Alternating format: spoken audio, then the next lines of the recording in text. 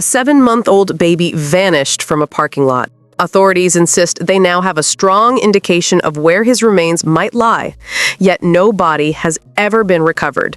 The case that once dominated headlines now languishes in silence. Why has the investigation stalled? Who is keeping secrets? And will justice ever be served for little Emmanuel Haro?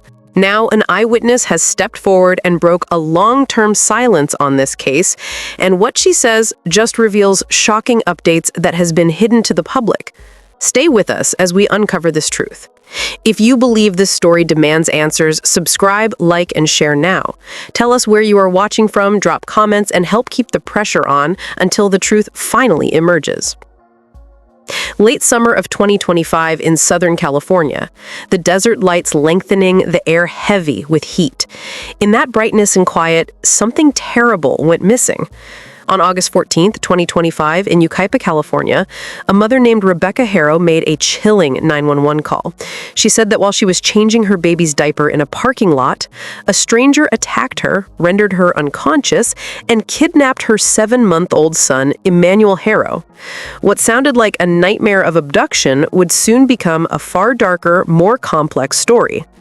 Law enforcement responded swiftly. The San Bernardino County Sheriff's Department and homicide teams launched a massive search, sent tracking dogs, surveillance footage, canvassed neighbors, and search warrants in multiple homes. All tools were deployed in an urgent effort to recover baby Emmanuel. But from the start, authorities flagged troubling contradictions in Rebecca's account. Within days, detectives began to speculate that the kidnapping narrative might not be true. The official line shifted. Foul play could not be ruled out. The case, originally framed as a missing child investigation, evolved into something more sinister. By August 18th, authorities had served multiple search warrants at the Haro residence in Cabazon, examined hours of surveillance video, and stepped up the ground search in Yucaipa and nearby areas. The investigators' tone was shifting. They were no longer only looking for a missing child, they were unraveling a mystery. In that early phase, the public watched with dread. Every press update, every public search, every police statement was dissected by residents and reporters alike. Was Emmanuel out there somewhere, or was the truth already hidden behind closed doors? Over the next few days, investigators dug deeper. They pressed Rebecca and her husband, Jake Haro, for details. Jake joined interviews, claimed to be cooperating, and appeared publicly that he was searching too. Meanwhile, detectives pored over digital evidence, phone records, location pings, timestamps, and looked for signposts that would lead them to a breakthrough. On August 19th, authorities arrested both Jake and Rebecca Haro, charging them with murder and making a false police report.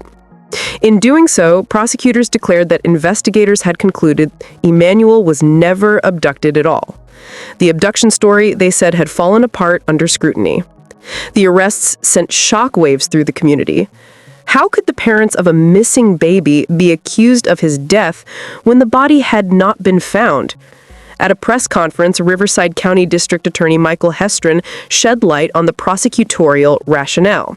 He asserted that evidence suggested Emmanuel had suffered abuse over time, that the parents were aware of it, and that the timeline of the reported kidnapping did not align with all data.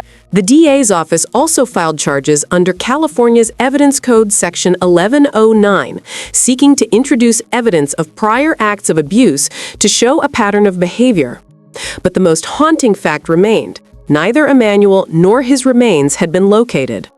Court filings show that Jake Haro had a prior conviction in 2023 for willful child cruelty relating to injuries inflicted on a different infant, his daughter, from a prior relationship. That history would loom large in the prosecution's case. The prior case resulted in probation and work release, not a lengthy prison term, a leniency now under scrutiny. Despite the gravity of the charges, the Haro parents pleaded not guilty, underscoring that every claim in this case was still under legal contest. Bail was set at $1 million each. As court dates were scheduled, a felony settlement conference on October 16th, a preliminary hearing on October 28th, the entire community braced itself. In the background, the investigation continued in secrecy. Officials released few public updates and emphasized that their priority was building a strong legal case, not seeking media attention. Even in those early phases, one element became clear. This was no longer just a missing child case. It was a complicated, deeply disturbing investigation.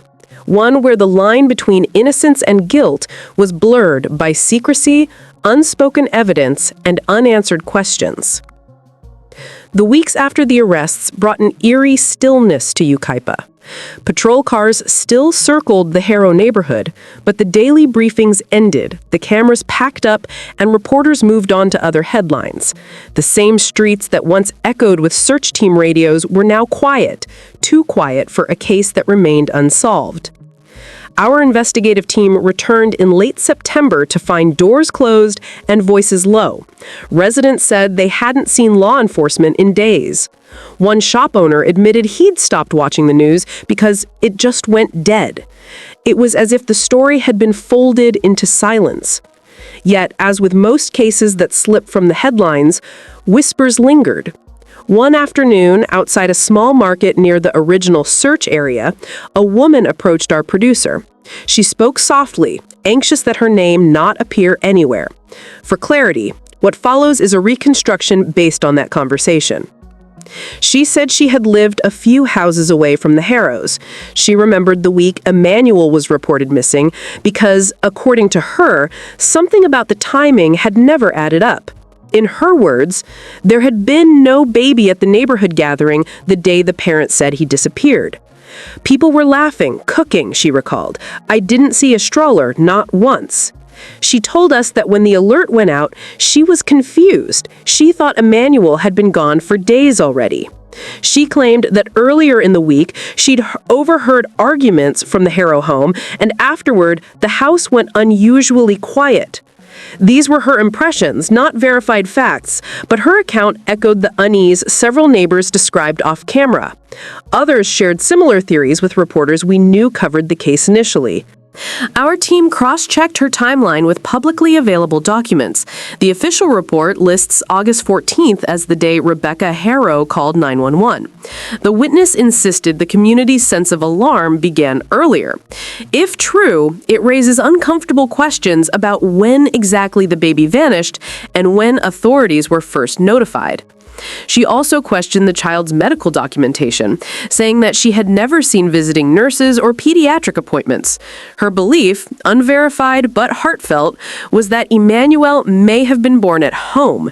That detail, she thought, explained why paperwork seems scarce when investigators asked for medical records. The woman paused often, sometimes looking around before speaking again. Quote, "They keep saying they're searching for remains, but what if there are no remains to find?"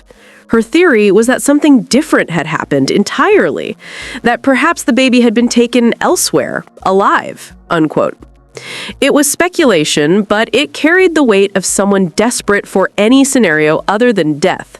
She ended the conversation with the plea, quote, "Please don't let this case just fade away," unquote. Her words stuck, because silence in investigations like this can be almost as devastating as loss. Back in our newsroom, we reviewed her statements alongside official filings. There was no confirmation of any alternate timeline, no evidence of trafficking, and no update on the search location authorities mentioned in early press releases. All we could confirm was the vacuum. Weeks without new information, a case still pending, two parents still held, and a community divided between sorrow and suspicion. This is the point where most stories die quietly, smothered by court confidentiality and dwindling media interest. But truth has a way of resurfacing if people keep asking for it. If you believe this investigation deserves light, don't scroll past. Like this video, leave a comment with the words "Justice for Emmanuel," and share it with others who follow true crime updates. Every click reminds the system that the public is still watching. Almost 2 months since the emergency call that stunned a quiet California town, the police tape has long been removed, the reporters have gone home, and yet one truth remains: Baby Emmanuel Haro is still missing. Inside the Riverside County Courthouse, the case continues under strict seal. Investigators have refused to reveal the evidence that convinced prosecutors to file murder charges without a recovered body. Court filings are heavily redacted. Even the defense team has requested additional discovery, suggesting that parts of the investigation may still be incomplete. Officials insist that their search is active, but they will not describe where or what they're looking for. That secrecy, they argue, is meant to protect the integrity of the investigation. But to the public, and to those who followed every update in August, it feels like disappearance has been replaced by silence. Our investigative team reached out to the Riverside County Sheriff's Office and the district attorney for comment. Both agencies confirmed only that, quote, the matter remains pending, unquote. No word on the so-called strong indication of where Emmanuel's remains might be, no confirmation of new searches, no press briefings scheduled. In the absence of updates, people begin to construct their own versions of the truth. Online forums light up with speculation. Some believe there's more to the story than authorities will admit. Others caution that justice requires patience, that every detail must be proven beyond doubt before the public hears it. Both sides agree on one thing: the case should not be forgotten. When our team returned to Yucaipa for a second visit, we found a small memorial still standing, a few stuffed toys fading in the sun, flowers replaced every week by someone anonymous. A quiet testament that somewhere in this town, the memory of a baby still matters. That's the heart of cases like this, the conflict between evidence and emotion. Investigators measure truth in forensics and testimony. Communities measure it in compassion and perseverance. And sometimes one side moves faster than the other. But time and justice can be an enemy. Memories fade, witnesses relocate, and files get buried under newer tragedies. Without public attention, accountability weakens, which is why stories like this need to be told again and again, not to accuse, but to remind. Because a baby went missing. And until we know exactly what happened, that fact alone demands awareness. If you followed this far, you've done more than most. You've refused to look away, and that matters.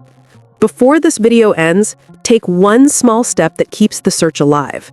Hit subscribe to stay updated as new court filings emerge. Click like so the algorithm pushes the story to others who might care. And comment "Justice for Emmanuel" below, not as a slogan, but as a promise that silence won't erase him. Somewhere, evidence still exists, whether in files, in memories, or in places yet unsearched. And until it's found, this story isn't over. So keep watching, keep asking, keep sharing, because justice only moves when people do.